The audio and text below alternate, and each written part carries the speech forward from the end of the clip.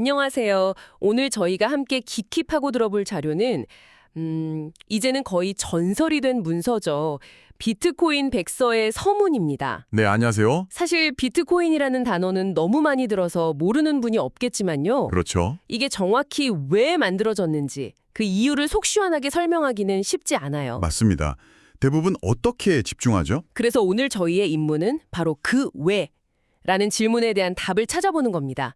이 짧은 서문 안에 모든 게 담겨 있다고 하더라고요. 네, 기존 인터넷 결제 시스템에 어떤 근본적인 문제가 있었는지, 그리고 그 대안에 대한 아이디어를 아주 명확하게 제시하고 있습니다. 자, 그럼 이걸 한번 풀어보죠. 우리가 지금 인터넷에서 뭘 산다고 상상해보세요. 너무 당연하게 신용카드를 쓰거나 은행 앱을 켜서 결제하잖아요. 네, 아주 편리하죠? 근데 오늘 우리가 볼 이 백서는 바로 그 편리함 속에 어떤 약점이 숨어 있다고 지적합니다.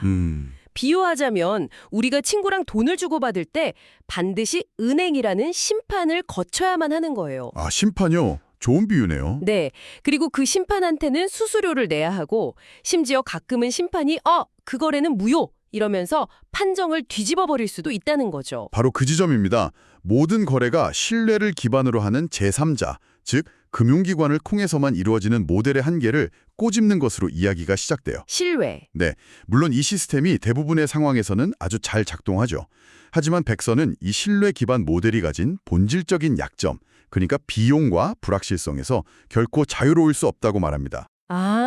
그 심판의 존재 때문에 오히려 더 복잡하고 비싼 문제가 생긴다 이런 거군요. 맞습니다. 사실 저도 비슷한 경험이 있어요. 예전에 해외 사는 친구한테 정말 소액을 보내주려다가 보내는 돈보다 수수료가 더 크게 나오는 걸 보고 그냥 포기한 적이 있거든요. 아, 그러셨군요. 네, 그런 사소한 불편함들이 모여서 이런 거대한 아이디어의 출발점이 된 걸까요? 정확히 그런 경험들입니다.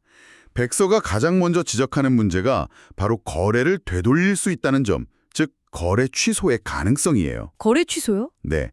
방금 말씀하신 그 심판인 금융기관은 판매자와 구매자 사이에 분쟁이 생기면 그걸 해결해줘야만 합니다. 백서에서는 이걸 중재라고 표현하는데요. 분쟁 중재? 네. 이 중재 과정에는 당연히 인력과 시스템이 필요하고 결국 비용이 발생합니다. 그 비용이 고스란히 거래 수수료에 녹아들어가는 거죠. 하하, 심판에게 월급을 줘야 하는 것처럼요. 바로 그겁니다. 결국 그 비용 때문에 제가 경험했던 것처럼 아주 적은 금액, 예를 들어 100원, 200원 보내는 건 사실상 불가능해지는 거군요. 네, 배보다 배꼽이 더 커지는 셈이죠. 백서에서는 이걸 소액 결제의 가능성을 차단한다라고 표현한 게 바로 그 의미였네요. 판매자 입장에서도 문제가 있겠는데요? 돈을 받았다고 생각했는데 나중에 취소될 수도 있는 거잖아요. 아주 중요한 포인트입니다. 그 불안감, 즉 지불 거절의 위험 때문에 판매자는 구매자를 항상 경계해야만 해요. 백서의 표현을 빌리자면 판매자는 고객을 경계해야 하고 불필요할 정도로 더 많은 정보를 요구하게 되죠. 그렇네요. 편의점에서 껌 하나 사는데 제 주민등록번호나 주소를 알려주진 않잖아요. 그렇죠. 그냥 현금을 건네는 순간 거래는 그걸로 완전히 끝이고 다시는 되돌릴 수 없죠. 바로 그 되돌릴 수 없음, 즉 거래의 완결성이 핵심입니다. 백서는 이렇게 묻는 거예요. 왜 현실 세계의 현금처럼 제3자의 개입 없이도 거래를 완전히 끝낼 수 있는 전자결제 수단은 없는가? 되돌릴 수 없는 전자현금이라. 생각해보니 정말 이상하네요. 온라인 세상에서는 모든 파일이 복사 붙여넣기가 되잖아요. 네, 그렇죠. 근데 어떻게 돈 많은 예외로 만들 수 있다는 거죠? 여기서부터가 진짜 이 백서의 독창작은 아이디어가 시작되는 부분이겠네요. 네, 맞습니다. 그래서 백서는 완전히 새로운 패러다임을 제안합니다. 신뢰라는 불확실한 개념 대신에요. 신뢰 대신에요? 네, 누구도 반박할 수 없는 암호학적 증명에 기반한 전자결제 시스템을 만들자는 겁니다. 암호학적 증명. 네, 심판을 없애고 대신 수학의 힘을 빌리는 거죠. 와, 말이 좀 어려운데요. 초등학생도 이해할 수 있게 설명한다면요? 아하, 좋습니다. 이렇게 생각하시면 쉬워요. 세상에서 가장 튼튼하고 복잡한 수학 공식으로 만든 디지털 자물쇠라고요. 디지털 자물쇠요? 네, 거래가 한 번 발생하면 그 거래 내역을 이 특수한 수학적 자물쇠로 꽉 잠가버리는 겁니다. 아하. 이 자물쇠의 핵심은 백서에서 말하듯 계산상으로 되돌리는 것이 거의 불가능하다는 점이에요. 현재 인류가 가진 모든 컴퓨터를 동원해도 푸는데 수천 년이 걸릴 정도로 어려운 문제라서 한 번 잠기면 사실상 누구도 열거나 내용을 바꿀 수가 없는 거죠. 그러니까 은행이라는 중간 심판 없이도 두 사람이 인터넷을 통해 직접 돈을 주고받는 게 가능해지는 거군요. 바로 그거죠. 신뢰가 필요 없는 환경, 즉 트러스트리스 환경을 만드는 겁니다. 트러스트리스? 네. 근데 여기서 바로 이런 질문이 생기죠. 어떤 거죠? 그럼 사기꾼으로부터 구매자는 어떻게 보호하죠? 판매자가 돈만 받고 물건을 안 보내면요? 아, 맞네요. 그 생각은 못했어요. 백서는 그 부분도 놓치지 않습니다. 구매자를 보호하기 위해 에스크로 같은 장치를 시스템 안에서 쉽게 구현할 수 있다고 말해요. 에스크로.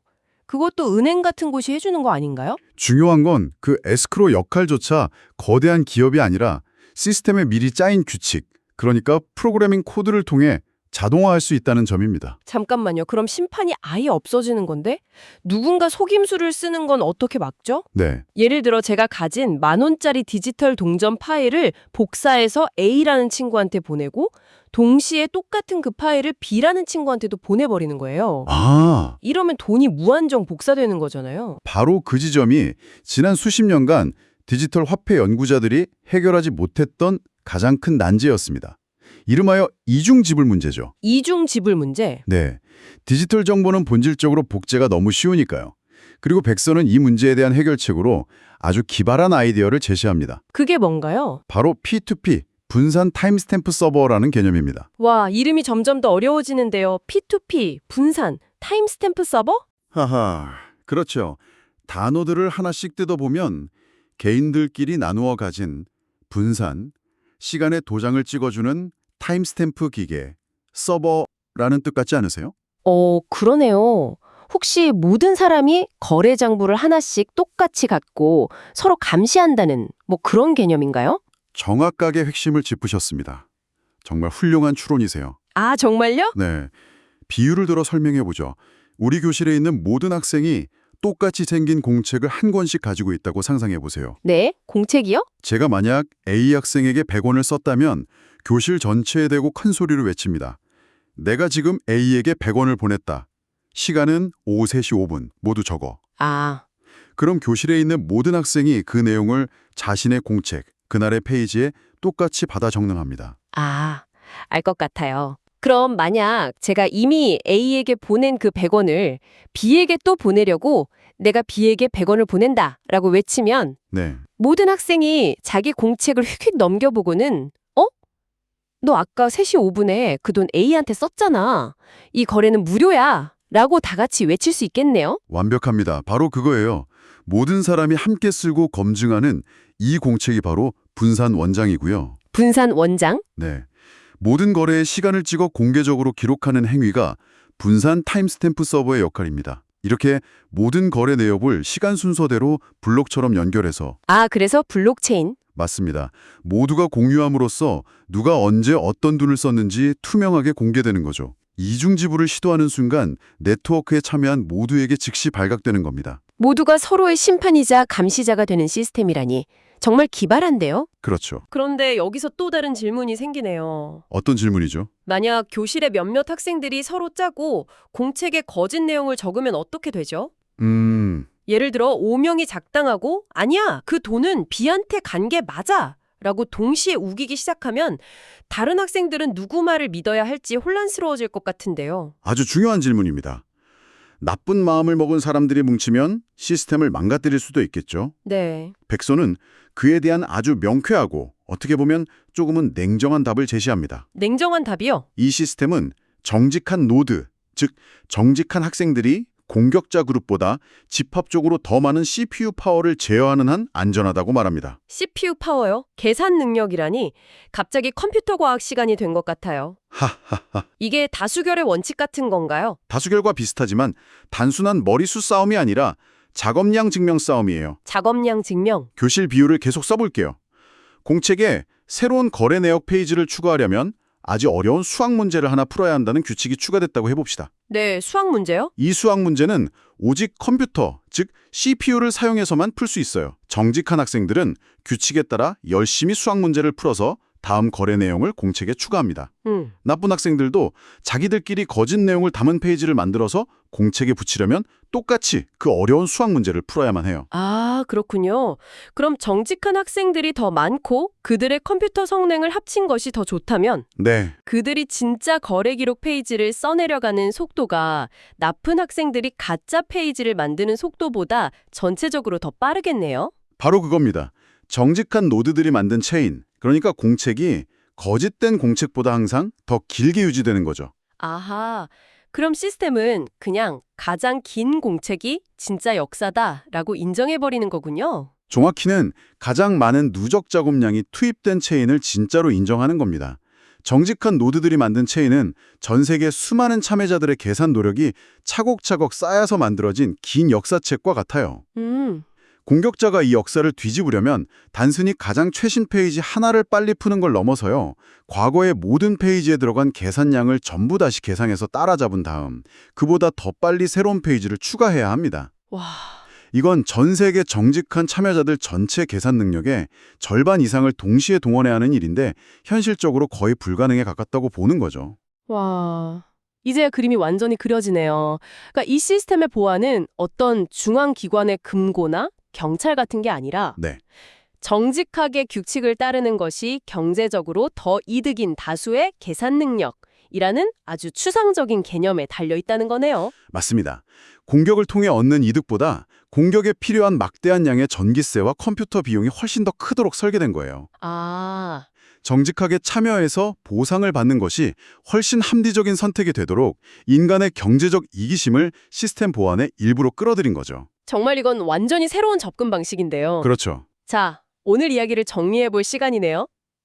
이 비트코인 백서 서문에 따르면 비트코인이 탄생한 진짜 이유는 기존 인터넷 결제 시스템이 가진 근본적인 문제, 네, 즉 신뢰할 수 있는 제3자에게 의존하는 데서 오는 중재 비용, 소액 결제의 어려움, 그리고 언제든 거래가 취소될 수 있다는 불확실성을 해결하기 위해서였습니다. 정확합니다. 거대한 금융기관이라는 중개인 대신에 암호학적 증명이라는 강력한 수학적 도구와 P2P 네트워크, 즉 참여자 모두가 함께 기록하고 검증하는 방식을 통해서요. 사용자들이 직접 거래하는 디지털 현금 시스템을 제안한 것이죠. 결국 이 백서가 세상에 던진 진짜 질문은 우리가 인터넷에서 돈을 쓸 때 과연 거대한 은행이라는 중개인을 반드시 믿어야만 하는가였던 것 같습니다. 네, 그리고 아니요라는 대답을 수학과 컴퓨터 과학으로 증명해낸 것이고요. 이건 단순히 새로운 결제 기술의 등장이 아니라 뭐랄까 사회가 작동하는 방식의 근간인 신뢰의 패러다임 자체를 바꾸려는 시도였네요. 아주 훌륭한 정리입니다. 오늘 이 이야기를 들으신 여러분께 마지막으로 한 가지 생각해 볼 만한 질문을 던져드리고 싶네요. 네, 이 백서의 전체 시스템은 정직한 참여자들이 공격자들보다 더 많은 계산 능력을 가진다는 하나의 중요한 가정 위에 세워져 있습니다. 만약 언젠가 기술의 발전이나 다른 어떤 이유로 그 가정이 깨진다면 어떻게 될까요? 그리고 이런 탈중앙화된 시스템에서 정직함이란 과연 무엇을 의미하며 그 기준은 궁극적으로 누가 결정하는 걸까요?